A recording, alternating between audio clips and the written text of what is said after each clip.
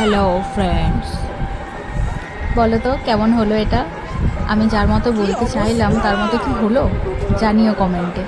তো দেখো, এই রথের ভিডিওটা ছাড়তে আমার অনেকটা লেট হয়ে গেল আমি জানি, কিন্তু আমি অনেকটাই বিজি ছিলাম, তাই জন্য আমার ভিডিওটা ছাড়া হচ্ছিল না। তো রথের কদিন পর আমাদের এই মেলাটা এক সপ্তাহ ধরে থাকে, তো কদিন পর আমরা গিয়েছিলাম এই মেলাতে।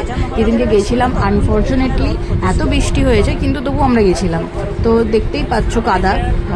তো এই মেলা, এই যে আমাদের রাজা মহারাজার সেই মহান রথ, রথতলার রথ বর্ধমানের, এটা খুব ফেমাস রথ।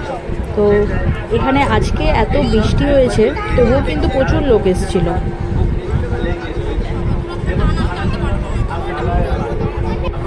এই পুচকু পাচকুগুলো একটু সরতেই আমি সুযোগ পেয়ে রথের দড়িটা টেনে নিলাম। আমার সাথে সাথে আমার বোনটাও টেনেছিল, কিন্তু তখনকে এত ভিড় হয়ে গেছিলো যে ওদের ভিডিওটা আর নেওয়া হয়নি। তারপরেই শুরু হয়ে গেল আমাদের খাওয়া দাওয়ার পর্ব, আর যেটা এই চপ দিয়েই শুরু হলো। এই চপটা কিন্তু খেতে দারুণ লাগে। তো ভিড়টা দেখো কতটা ভিড়, এত কাদার মধ্যেও এত ভিড়, এত লোকজন। তাহলে ভাবো যদি বৃষ্টিটা না হতো তাহলে কি হতো জায়গাটা। ভালোই হয়েছে বৃষ্টির দিনকে গেছি। এই ফুচকা কাকুটা কিন্তু ফুচকা না ভীষণ সুন্দর করেছিল, একদম আমরা যেমন যেমন বলছি তেমন তেমন করে বানিয়ে দিচ্ছিল। ধৈর্য ছিল লোকটার, বলতে হবে। আর এই যে সেই মোমো, যে মোমোটা খেয়ে আমাদের একদম ভালো লাগে, একদম না।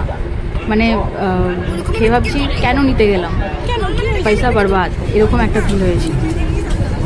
এটা কিন্তু খুব ভালো করেছিল, চাউমিনটা ভীষণ সুন্দর করেছিল। আসলে আমার ভালো লেগেছে, কারণ আমি বহুদিন পর মেলাতে চাউমিন খেলাম, তো হয়তো তাই জন্য আমার খুব ভালো লেগেছে এই টেস্টটা।